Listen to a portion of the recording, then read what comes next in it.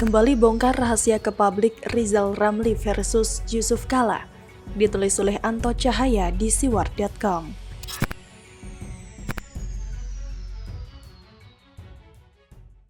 Halo, berjumpa dengan suara Grace di channel Metropolitik. Siapa kiranya yang tidak tahu sosok Rizal Ramli atau RR yang menjuluki dirinya si Kepret alias Raja Wali Ngepret? Mungkin sebagian rakyat Indonesia tahu sosok yang satu ini. Sudah cukup lama sebetulnya tidak disorot media, tapi akhir-akhir ini muncul lagi. Menyerang banyak pihak dari soal dana haji, serang Ganjar Pranowo yang dikatakan pencitraan, Sri Mulyani SPG IMF, bahkan sampai menuntut Presiden Jokowi mundur dan lain sebagainya. Nah, ini yang menarik di tengah usaha atas eksistensinya tersebut. Rizal Ramli terpancing pada sebuah kemelut yang awalnya ditanyakan oleh netizen. Kisruh RR dan JK yang dulu sempat panas kini kembali terulang. Bagaimana jalan ceritanya? Berikut ini kisah lama yang disulut lagi.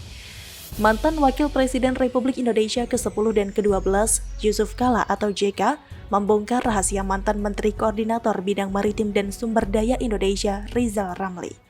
Dalam video yang diunggah Karni Ilyas Club pada 6 November 2020 tersebut, JK mengatakan jika Rizal Ramli sebagai orang yang banyak bicara dan tidak bisa menjadi pemimpin. Tidak hanya itu, JK menyebut jika di era Presiden Susilo Bambang Yudhoyono atau SBY, Rizal Ramli pernah gagal menjadi Menteri BUMN dan Menteri Keuangan atau Menko. Hal tersebut sekaligus menjawab pernyataan Rizal Ramli bahwa ada pihak yang menghalang-halangi dirinya menjadi menteri. Namun JK menyatakan bahwa dirinya lah yang melarang Rizal Ramli menjadi menteri karena tidak pernah diperhitungkan oleh SBY. Menurut JK, saat itu Rizal Ramli ditawari menjadi Menteri Perindustrian, namun ia menolak. Wah, Anda ini teman tapi tidak adil. Saya kan maunya Menteri Keuangan atau BUMN, katanya seperti dilansir terkini 14 Juni 2021. Lanjutnya, ia juga membeberkan mengapa Rizal Ramli tidak bisa diangkat menjadi Menteri Keuangan. Menurutnya, saat mendengar kabar Rizal Ramli akan menjadi Menko, ada 11 pejabat dari Kementerian Keuangan yang mendatanginya dan mengancam akan mundur. Kata JK, para pejabat mengaku jika Rizal Ramli tidak mengerti persoalan dan suka marah-marah hingga menyebut orang dengan nama binatang. Jadi, Rizal ini mungkin pintar tapi tidak bisa pimpin orang, ungkapnya. Selain itu, ia juga menyinggung soal Rizal Ramli yang sempat diangkat menjadi Menko Bidang Maritim dan Sumber Daya Indonesia di pemerintahan Presiden Joko Widodo periode pertama. Nah, waktu zamannya Jokowi tidak pernah diperhitungkan juga, hanya karena kasihan Pak Luhut yang datangi terus. Ya akhirnya jadi Menko, itu pun hanya 10 bulan, ujarnya. Menurutnya, jabatan singkat tersebut karena para menteri tidak mau menghadiri rapat jika ada Rizal Ramli. Apa yang disampaikan JK kiranya sangat menohok sekali. Nah, tak mau kalah, Rizal Ramli saat ditanya netizen soal kebenaran di atas, akhirnya angkat bicara dan balik menyerang Yusuf Kala. Rizal Ramli mengungkapkan perihal Yusuf Kala atau JK. Menurutnya, pernah dipecat sebagai kepala Bulog di era Presiden Gus Dur akibat masalah impor beras. Tidak hanya itu, Rizal Ramli juga mengklaim bahwa saat ia menggantikan Yusuf Kala sebagai kepala Bulog, ia berhasil menaikkan untung sebesar 5 triliun rupiah. Yang dipecat Gus Dur itu Yusuf Kala karena main impor beras. Katanya melalui akun Twitter Rizal Ramli dikutip dari terkini.id.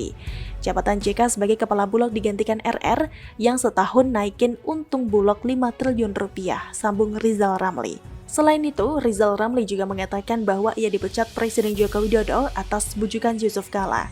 Seperti diketahui, Rizal Ramli pernah menjabat sebagai Menteri Koordinator Bidang Kemaritiman pada Agustus 2015 hingga Juli 2016. RR dipecat JKW atas bujukan JK yang bisnis peng-pengnya diganggu RR terutama OBJK-nya di PLN. Juga taipan reklamasi, gitu aja repot, ungkapnya. Rizal Ramli mengatakan itu sebagai respon terhadap sebuah cuitan terkait pernyataan Yusuf Kala mengenai dirinya. Ebong percaya omongan JK tentang Rizal Ramli, tapi gak percaya omongan JK tentang Jokowi. Padahal yang diomongin kejadian, fakta dan nyata, ungkapnya. Saling serang dan membongkar rahasia saat sudah tidak lagi menjabat, kita seperti melihat dua orang tua yang sedang mencari perhatian. Dua mantan yang sudah tak duduk dalam pemerintahan, bukannya menjadi contoh bagi rakyat malah saling bongkar rahasia saat duduk di kursi mereka. Tapi memang harus kita akui, netizen-netizen Indonesia itu paling jago soal julid dan kemudian menjadi viral di media sosial. Kita bakal melihat kisah selanjutnya antara si kumis versus si kepret, dua mantan pejabat yang sedang berusaha cari perhatian. Demikian, salam Bagaimana menurut Anda? Silahkan tulis komen Anda di kolom komentar.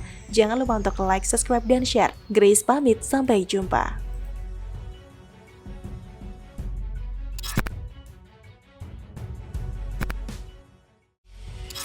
Apa UAS hilang ingatan? Ngamuk soal dana haji sekarang bilang gak paham. Ditulis oleh Anto Cahaya di siwar.com.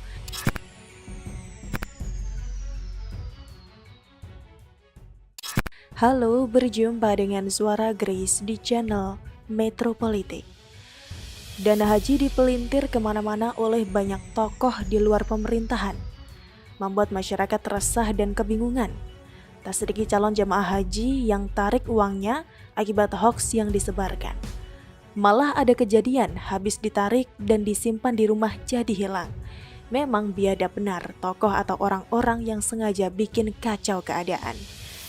Dan salah satunya UAS. Yang menarik, ia sebelumnya sempat melontarkan sindiran kepada pemerintah terkait batalnya keberangkatan haji pada tahun 2021 ini. Ia menyindir soal pertanggungjawaban atas dana haji yang sebelumnya ia katakan untuk membangun infrastruktur. Terkait itu, UAS pun memberikan penjelasan usai dirinya bersilaturahmi dengan Gubernur Sumatera Utara, Edi Rahmayadi, di Kota Medan, Sumatera Utara, pada Rabu sore 9 Juni 2021. Saya tidak paham masalah itu, kata UAS. Selain itu, ia mengaku dirinya lebih memilih untuk tidak memberikan komentar, sebab ia mengakui kapasitasnya hanya sebagai penceramah. Saya khawatir saya ditanya di akhirat. Di dalam Al-Quran dikatakan bicaralah yang kamu punya ilmu saja. Sebutnya seperti dilansir dari FIFA. Sebelumnya beredar video UAS di media sosial yang membicarakan soal dana haji. Video itu kembali viral di tengah situasi tanah air yang cukup panas lantaran calon jamaah. Coba perhatikan saja, yang bersangkutan bilang gak paham setelah apa yang sebelumnya ucapannya ngamuk dan beredar videonya di lini masa. Dan dengan sangat semangat di-share oleh pemujanya yang rata-rata memiliki perasaan dan jenis kebencian yang sama. Sekarang dengan entengnya bilang gak paham setelah kekacauan yang ditimbulkan. Katanya bukan kapasitas saya. Saya khawatir ditanya di akhirat oleh Allah SWT. Apa ini sama saja sudah indikasi hilang ingatan atau apa? Selalu berlindung di balik kata Allah SWT. Jadi video ngamuk-ngamuk yang berwajah dirinya itu kloningan UAS atau setan yang menyerupai dirinya? Untuk mengingatnya, saya coba tampilkan kata per kata dari yang bersangkutan. Duit nggak ada, dipakai dana haji. Umat Islam ribut, umat Islam mengamuk, ujar UAS dalam video tersebut. Kami bayar haji untuk berangkat haji, bukan duit kami dipakai untuk bangun jalan, investasi, sambung UAS. Lanjutnya, UAS mengatakan jika umat Islam sudah mengamuk, maka para penguasa baru akan berhenti. Namun jika sebaliknya, kaum muslim tetap diam, maka dana haji akan tetap dipakai. Karena itu, UAS mengingatkan para petinggi di tanah air bahwa kelak semua perbuatan mereka akan dipertanggungjawabkan di hadapan Yang Maha Kuasa. Dan lanjutnya lagi masih ngomel-ngomel mirip emak yang suaminya telat ngasih uang belanja, yang punya jabatan, yang punya kekuasaan, kalian akan dituntut di hadapan Allah SWT, ujar UAS. Masih lanjut, silakan jadi gubernur, silakan jadi wali kota, silakan jadi presiden. Jabatan kalian hanya 2 periode, tapi hisab kalian di akhirat kekal selama-lamanya, tugasnya. Lalu setelah dikonfirmasi bilang gak paham, apakah kalau sudah menjadi seorang ustadz terkenal, lantas bebas bicara apa saja dan bebas mempertanggungjawabkan di akhirat? Semacam dapat dispensasi begitu, tak turut dihisap. Ini sama saja habis kentut bunyinya kencang, menimbulkan bau tak sedap, menimbulkan gaduh di seluruh ruangan. Giliran ditanya bilang, gak paham.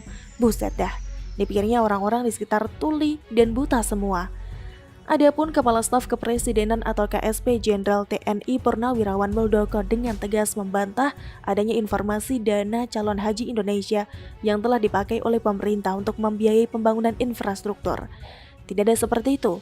Isu itu menyesatkan, kata Muldoko di Mataram, NTB. Ditegaskan oleh Muldoko bahwa saat ini setoran dana haji yang dikelola oleh pemerintah masih tersimpan aman. Namun pemberangkatan belum bisa dilakukan karena secara global masih dalam situasi pandemi COVID-19. Saya sudah berbicara dengan Pak Anggito, Kepala Pelaksana Badan Pengelola Keuangan Haji, bahwa uangnya aman, kata dia. Tidak bisa dipaksakan untuk berangkatkan calon haji ke tanah air karena faktor keselamatan yang menjadi pertimbangan utama. Semua negara juga menghadapi masalah yang sama, atau bukan hanya Indonesia, ucap mantan Panglima TNI itu. Menurut Muldoko, kebijakan pemberangkatan jamaah calon haji sangat berkaitan dengan kebijakan pemerintah Arab Saudi. Oleh karena itu, pemerintah Indonesia tidak mungkin menerbitkan kebijakan yang akan merugikan kepentingan dan negara, terutama bertujuan menghalang-halangi rakyatnya menunaikan ibadah haji. Jadi tidak benar ada dana calon haji yang dipakai untuk ini. Kalau ada isu macam-macam, itu menyesatkan, kata Muldoko. Memang sungguh merepotkan menghadapi otak-atrun itu. Bagi yang waras harus sabar, tapi tidak boleh kalah. Bisa hancur negara ini jika mereka menguasai semua lini. Trun Katrun. Demikian, salam. Bagaimana menurut Anda? Silahkan tulis komen Anda di kolom komentar. Jangan lupa untuk like, subscribe, dan share. Grace pamit, sampai jumpa.